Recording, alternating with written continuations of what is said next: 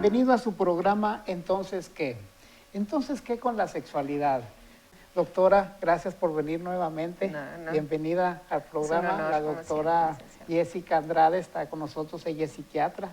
También nos acompaña ahora el licenciado Adrián Guadiana. Adrián, Gracias por estar aquí, licenciado. Qué bueno, me da mucho gusto para vertir comentarios para los papás y para los jovencitos que están, bueno, púberes, ahí está el detalle, ¿verdad? ¿Dónde se ubican, si es niño, si es joven, o qué pasa con estos chiquitos? Y bueno, doctora, hemos visto en el transcurso del programa anterior cómo existen algunos cambios de orden fisiológico, físico, y vamos a abordar un poquito ahora, doctora y licenciado Adrián, ¿qué siente? ¿Cómo se siente el joven frente a este fenómeno?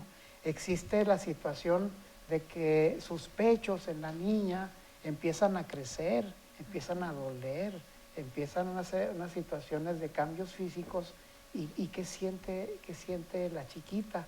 Y luego las erecciones en los jovencitos más frecuentes, con pulsiones nocturnas. Fíjese con qué familiaridad pretendemos hablar, porque precisamente entre más natural veamos esto, mejor vamos a tener un abordaje con nuestros hijos o con las personas que se nos acercan a platicar acerca de estos temas. Doctora, ¿cuál es el estado emocional de los chicos que dejan de ser niños y luego pasan a ser adolescentes? ¿Cómo ve?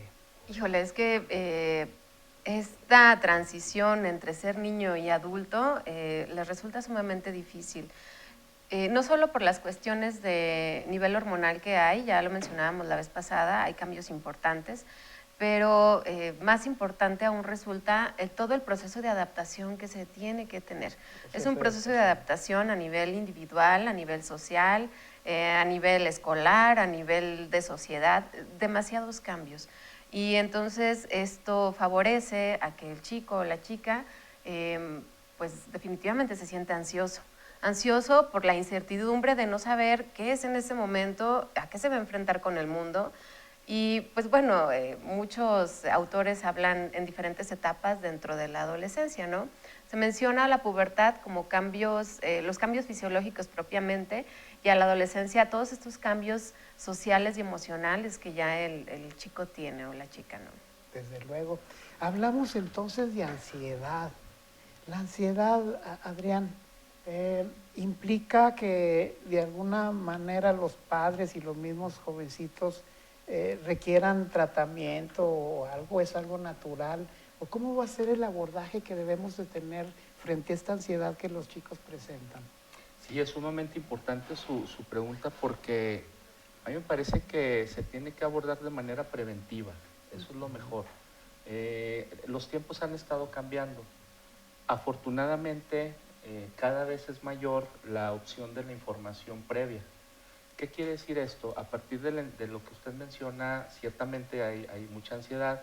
La autora menciona esta parte de, luego se asustan, no saben qué es lo que está pasando, el estado emocional es de confusión, yo por qué. Y de pronto la niña cuando le llega lo que es la menarquia, de pronto empieza a sangrar y se asusta, no sabe qué es lo que está pasando. Y esto me parece que se tiene que abordar a partir de la información. Es decir, mencionarle al chico, ya cuando nosotros vayamos evaluando que está más o menos en el tiempo. Hay que recordar que esto se puede dar a los 11 años, pero se puede dar desde los 9. Inclusive encontramos este tipo de cambios físicos que van marcando también un cambio emocional importante. ¿Por qué? Porque es un cambio, es una transición. Entonces, la confusión puede ser inclusive antes. A veces creemos que un niño de 8 o 9 años no le va a pasar nada, cuando de pronto podemos encontrar esa sorpresa.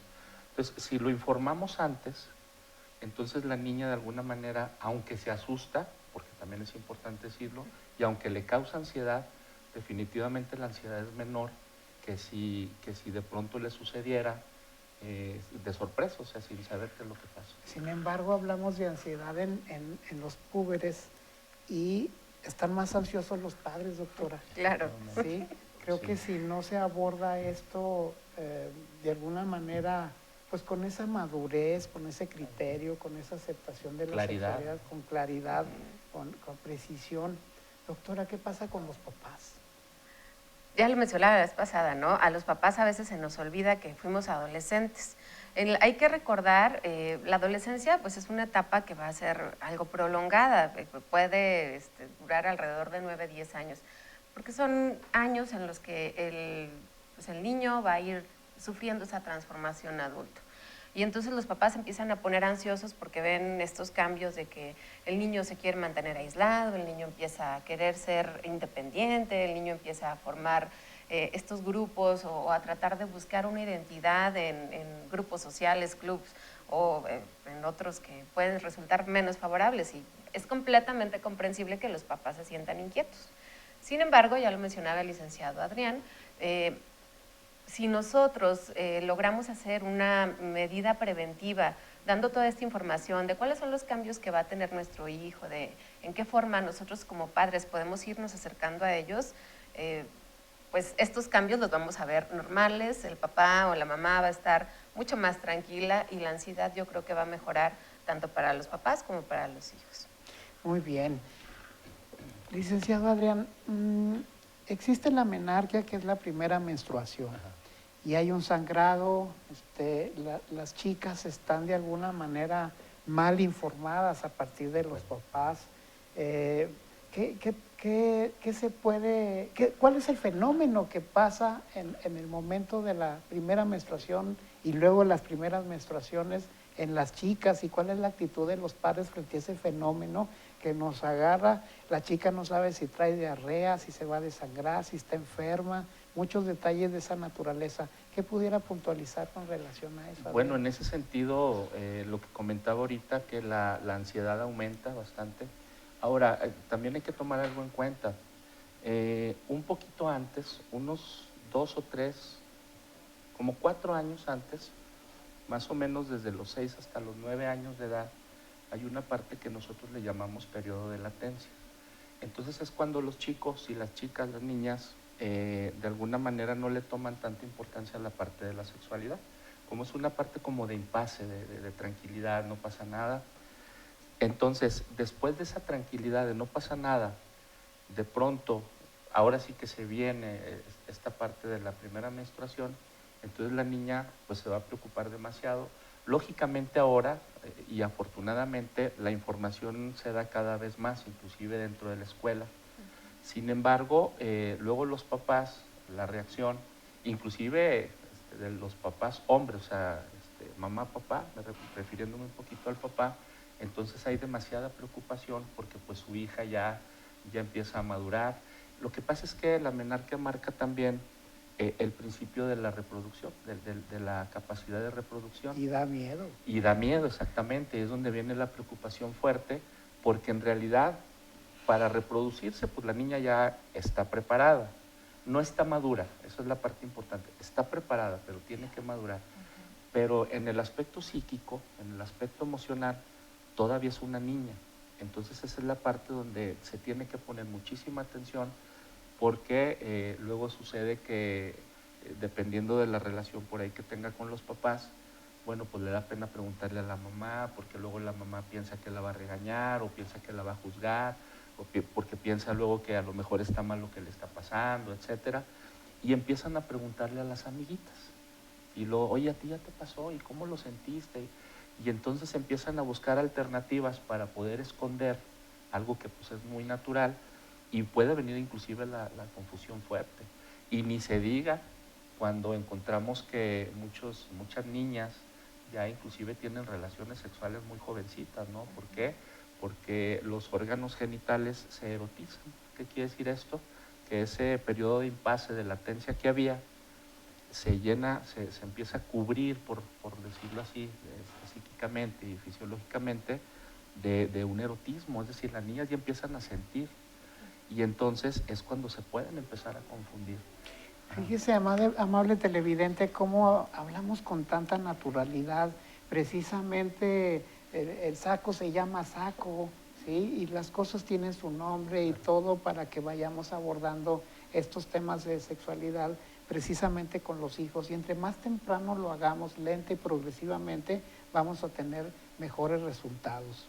Doctora, están creciendo las boobies y empieza la rivalidad entre mujeres, ¿sí?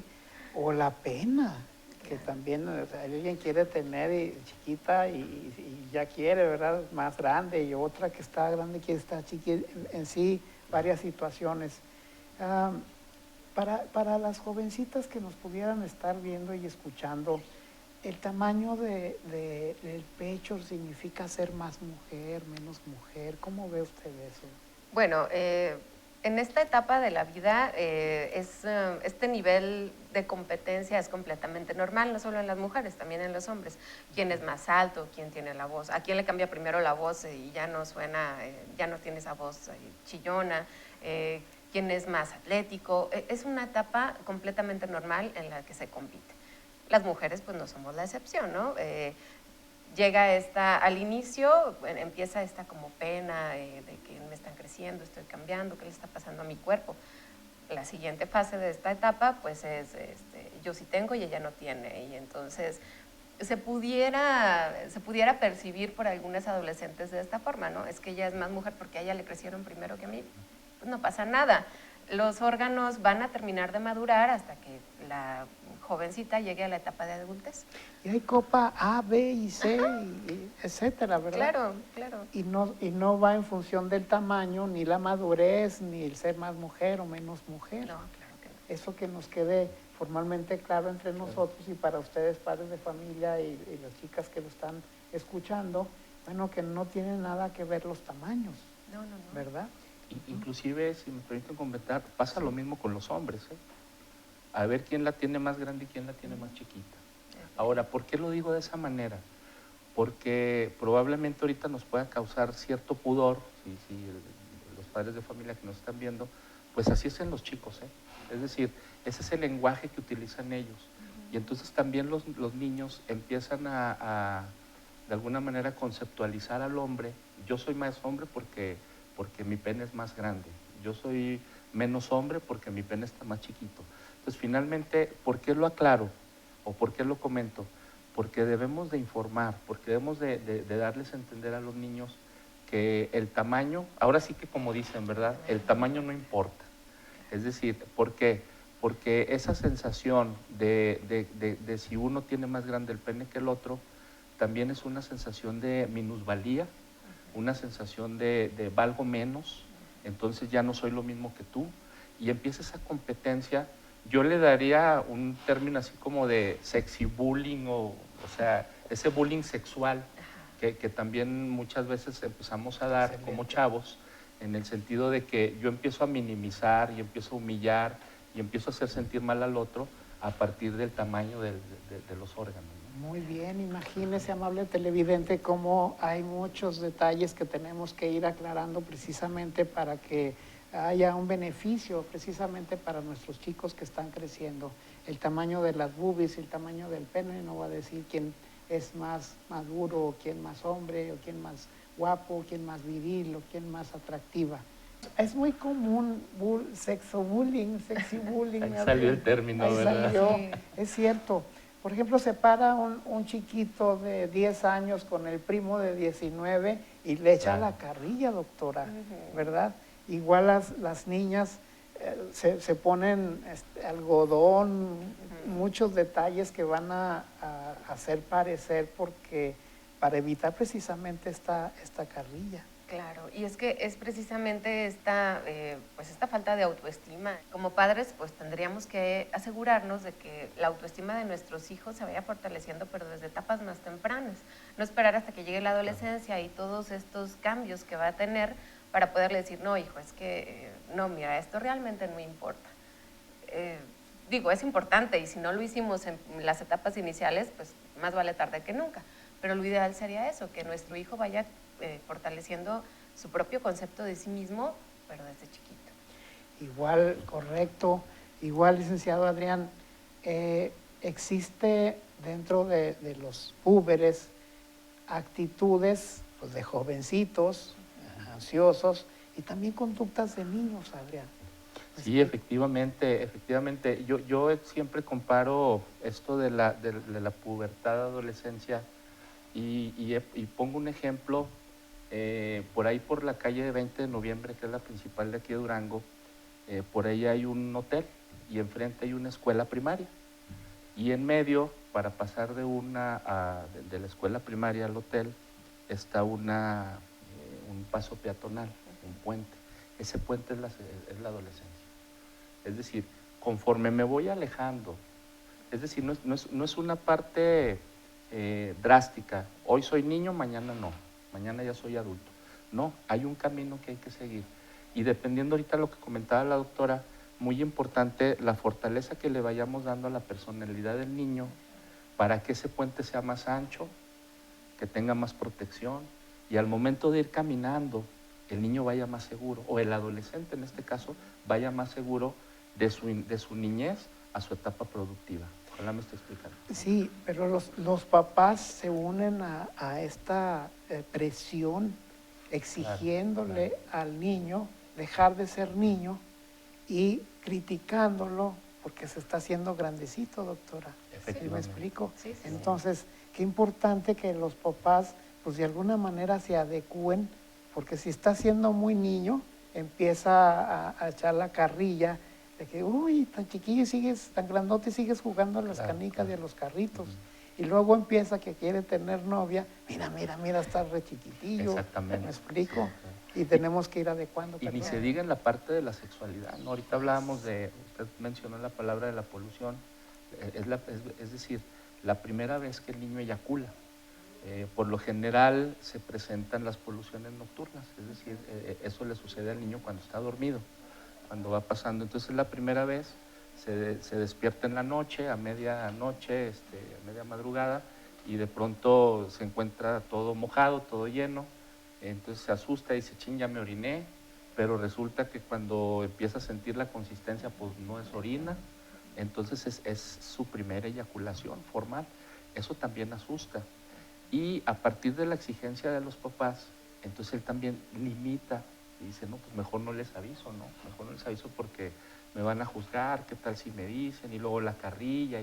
Ahí es donde debemos ir entendiendo como papás que lo debemos ir acompañando. Y es algo que va a sentir a partir de ahí durante prácticamente toda su vida. Entonces, depende de cómo lo vayamos preparando. En ese puente del que yo hablaba ahorita, dependiendo de cómo lo vayamos acompañando, es como él va a ir pasando a su etapa productiva, ¿no? Que ya es la adultez formalmente. Hay una situación muy controversial. Un autor, Peter Blogs, habla precisamente en búsqueda de estas adaptaciones, doctora, lo que se llama aspectos homosexuales permitidos, en donde los chicos de alguna manera experimentan estos detalles y pueden ocurrir, vamos a decir, besos entre niños y niños y niñas, y empieza una angustia de los papás y angustia de los hijos. ¿Cómo abordar esta situación, doctora? Hay autores también que nos hablan de las fases de la adolescencia, ¿no? A nivel psicosocial. Y una de ellas, pues, es la búsqueda de identidad. Evidentemente, la diferenciación sexual, pues para esta etapa se supone que ya se hizo. Estamos esperando una diferenciación sexual, o sea, que el niño se dé cuenta que es niño y la niña se dé cuenta que es niña. ¿Y por qué? Entre los 5 años y 6 años, más o menos. O sea, a esa edad ya tienen que tener una idea. Pero es totalmente válido que en esta etapa de la vida, pues ellos busquen experimentar, reforzar su identidad. Finalmente están cambiando de ser niños a adultos y esa etapa es lo que... Bueno, entonces, ¿soy niño? No, no soy niño. ¿Soy adulto? No, no soy adulto. Pues en una de esas pues también necesito reforzar mi identidad sexual, ¿no? Es válido que experimenten. Yo creo que para que los papás no tuvieran este conflicto de ¿y qué tal si le gusta a mi hijo? Bueno, pues es que la adolescencia solamente es parte de la evolución, no es la evolución completa. O sea, esto ya se vino gestando desde etapas iniciales, ¿no? Nuevamente. Y pues bueno, ya si el individuo, en este caso el adolescente, fijara o se delimitara más hacia una identidad de su mismo sexo, bueno, eso ya sería tema de otra conversación. De otra ¿no? conversación. Yo quisiera hacer ahí un Adelante. comentario, si me permiten. Es muy importante y este mensaje se los daría sobre todo a los chavos, a los jóvenes, a los que están en esa parte de la pubertad, adolescencia, porque luego nos puede confundir. Es decir, el hecho de esta fase de homosexualidad permitida, digo, no quiere decir que se vayan a ser homosexuales en ese momento, Para nada. pero esa es precisamente la confusión que ellos pueden tener.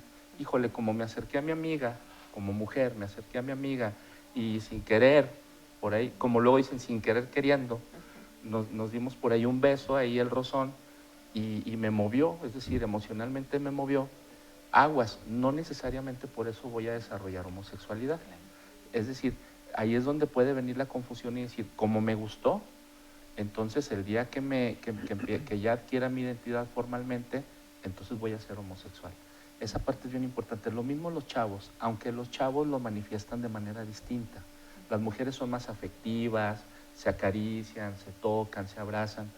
Los chavos van corriendo en bola, brincan, se agarran del cuello, y luego se hacen, por ahí echan la mano y, digo, en mis tiempos le decíamos jamón, se agarran ahí las pompis, el boleto, entonces toda esa parte es donde están canalizando esa ansiedad precisamente que están viviendo, en donde les da pena, les da vergüenza, que también es válida, esa parte también es importante, y se tocan de manera diferente, pero ahí es donde puede venir la confusión.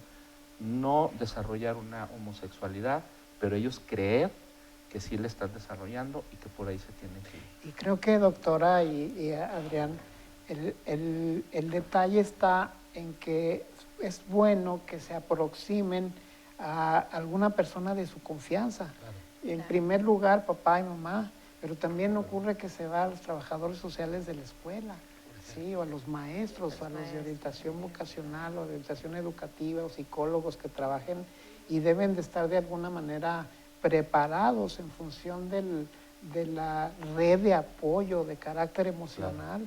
¿Sí? Y de conocimiento para no alarmar más al chico, ¿sí? No es una tarea únicamente de informarle al chico de que no se angustie, sino que puede de alguna manera ir a preguntar, acercarse con la persona de su confianza y de esta persona recibir un apoyo oportuno. Claro, sí, sí.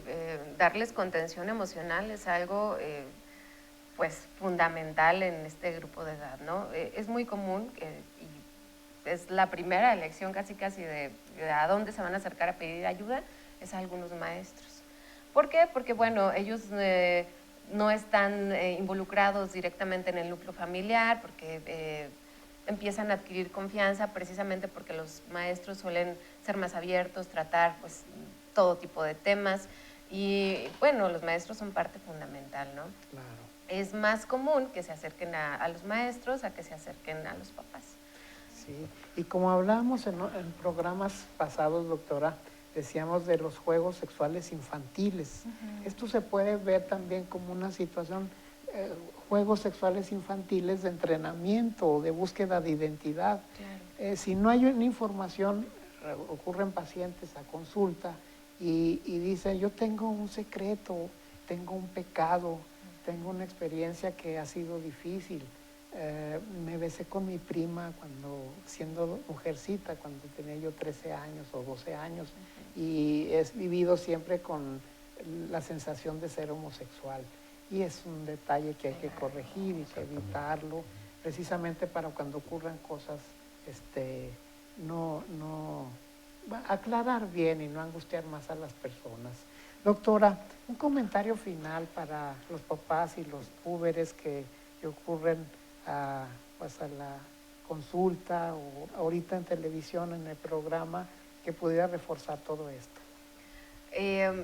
Bueno, ahorita que mencionaba la cuestión de los besos, nada más para agregar, ha llegado a pasar que los mismos padres son los que buscan la atención cuando escuchan comentarios de es que estábamos en la fiesta y se metieron los dos abajo de la mesa y por favor, sáquele la verdad, dígale qué pasó. Me da miedo que haya pasado algo, ¿no? La situación de la comunicación, nuevamente, Si nosotros no tenemos la confianza como padres para acercarnos a nuestros hijos, ¿cómo esperamos que nuestros hijos se acerquen a confiarnos, a preguntarnos cuando lleguen a esa etapa tan crítica de su desarrollo, ¿no? Claro. La comunicación en la familia, como padres, va a ser pues básica para poder, como ya decía el licenciado, hacer lo más sólido ese puente, que es la adolescencia, esta etapa tan importante de la vida, ¿no? Y que, bueno, si se sabe vivir, es una etapa pues de las más bonitas que va a haber. Claro. Adrián, breve Bueno, pues, y bueno. Y pues así, sustancioso. información, yo diría, prevención. Yo soy preventólogo en mis actividades. Yo diría la prevención nos va a evitar muchísimas dificultades más adelante. Ser observadores activos. Ser observadores activos quiere decir que ni voy a estar encima de mi hijo, pero tampoco lo voy a abandonar, y lo voy a abandonar a su suerte. Ser observador activo es estar al pendiente de lo que le está sucediendo para en el momento que me necesite, entonces sí hacer una intervención, pero no estar siempre encima de él. Yo diría que es así en corto y preciso. Esa sería mi recomendación. Gracias, licenciado. Hay que andar atrás de ellos, pero Sí, no ¿verdad? encima, ¿verdad? Claro. Exactamente. Muy bien. Amable televidente, ya escucharon ustedes este tema que pues es muy vasto y a lo mejor no gozamos del tiempo que ustedes merecen y el tema también, pero bueno, es un granito de arena de contribuir. Doctora Jessica Andrade, muchísimas gracias. Gracias a usted, por su licenciado. asistencia, licenciado. Gracias por invitarnos. Encantado. Y bueno, me despido de ustedes esperando que este programa haya sido de su completo agrado y les recuerdo, bríndele el paso al peatón. Muchísimas gracias y nos vemos a la próxima.